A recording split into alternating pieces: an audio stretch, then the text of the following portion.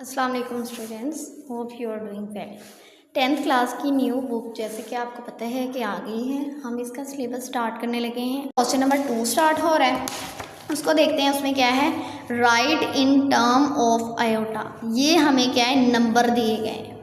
इनको हमने कैसे राइट करना है, आयोटा में, यानी कि इसमें ये जो क्वेश्चन ये जो लिखा हुआ है इसके साथ कहीं ना कहीं आयोटा भी आता है। वो हमने देखना है कि वो कहाँ आता है और कैसे आता है। देखें, अगर हम अंडर रूट -1 निकालते हैं तो उसका हम कैलकुलेटर भी हमें आंसर नहीं दे रहा, इसलिए इसके लिए क्या नंबर मुतारिफ करवाया गया है, आयोटा। ओके, अब हम देखते हैं कि इस क्वेश्चन को हमने कैसे आयोटा में, इसमें से कैसे आयोटा हमने निकालना है।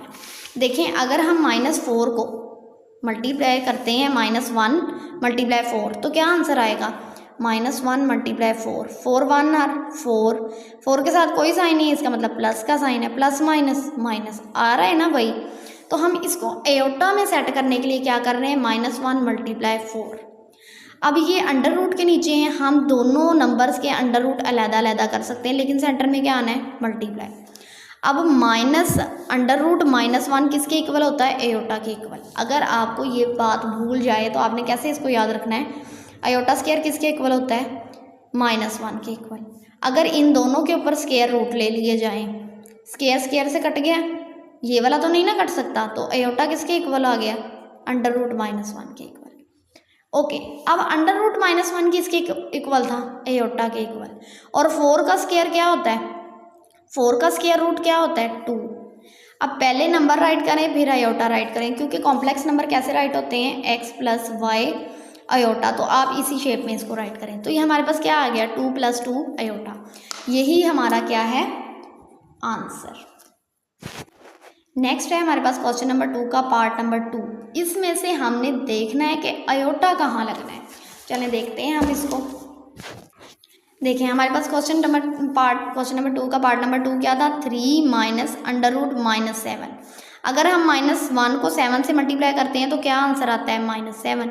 तो हमने इसको अपने क्वेश्चन को सॉल्व करने के लिए, आयोटा निकालने के लिए, इसमें से हमने क्या किया, -1 × 7 राइट कर दिया। अब ये चूंकि मल्टीप्लाई हो रहे हैं और ऊपर इनके स्क्वायर रूट भी है, तो हर नंबर को हम अलग-अलग लिख सकते हैं। अब -√-1 किसके इक्वल होता है, आयोटा के इक्वल। और √7 ऐसे ही राइट होगा क्योंकि किसी का 7 किसी का स्क्वायर नहीं है। 3 - √7 आयोटा, ये हमारा क्या बन गया, आंसर। हमने क्या करना था, क्वेश्चन में आयोटा लेके आना था, आ गया हमारे क्वेश्चन में आयोटा, दैट्स इट। नेक्स्ट देखें, हमारे पास पार्ट नंबर 3 है, 2/5 + √16/5। इस क्वेश्चन को अब हमें सॉल्व करना है। 2/5 ऐसे ही रहा, प्लस √16/5 ऐसे ही रहा। अब देखिए, -16 है, अगर हम उसे -1 × 16 लिख देंगे कोई फ़र्क नहीं पड़ेगा। हमें अपना क्वेश्चन सॉल्व करने के लिए ये स्टेप मस्ट करना होगा। ओके, अब ये अंडर रूट के बीच में है और मल्टीप्लाई भी हो रहे हैं, इसका मतलब हम हर नंबर को अलग-अलग राइट कर सकते हैं। √-1 किसके इक्वल होता है, आयोटा के इक्वल। आयोटा किसके इक्वल होता है, √-1। अगर √-1 लिखा हुआ है तो आप उसको आयोटा के इक्वल लिख सकते हैं। अगर आयोटा लिखा हुआ है तो आपकी नीड के मुताबिक आप उसे √-1 लिख सकते हैं। ओके, √-1 था, हमें आयोटा चाहिए, हमने इसके साथ आयोटा राइट कर दिया। √16 किसके इक्वल होता है, 4 के इक्वल। यहाँ हमने √16 की जगह 4 राइट कर दिया। वट एवर, आप आयोटा को इधर लिखें या इधर लिखें। अब देखिए, दोनों के डिनोमिनेटर में क्या है, 5, तो हम इसको इस तरह भी राइट कर सकते हैं। तो हमारे पास क्या आंसर आ गया, 2 + 4 आयोटा/5। ये हमारे आयोटा आ गया हमारे पास, दैट्स इट। इस तरह भी राइट कर सकते हैं, इस तरह भी राइट कर सकते हैं, दैट्स योर चॉइस। इसको यहाँ भी राइट कर सकते हैं, ये भी हमारा आंसर हो सकता है। नेक्स्ट हमारे पास क्वेश्चन नंबर 2 का पार्ट 4 है। पार्ट 4 हमारे पास क्या है, √2 - √-3। हमें क्या चाहिए, इस क्वेश्चन में आयोटा आता है वो चाहिए। अगर हम -1 को 3 से मल्टीप्लाई करें तो वापस हमारे पास -3 ही आता है। -1 को अलहदा कर लिया, 3 को अलहदा कर लिया, उनके ऊपर अलहदा स्क्वायर रूट लगा दिया। ये रूल सिर्फ मल्टीप्लाई के टाइम पे अप्लाई हो सकता है।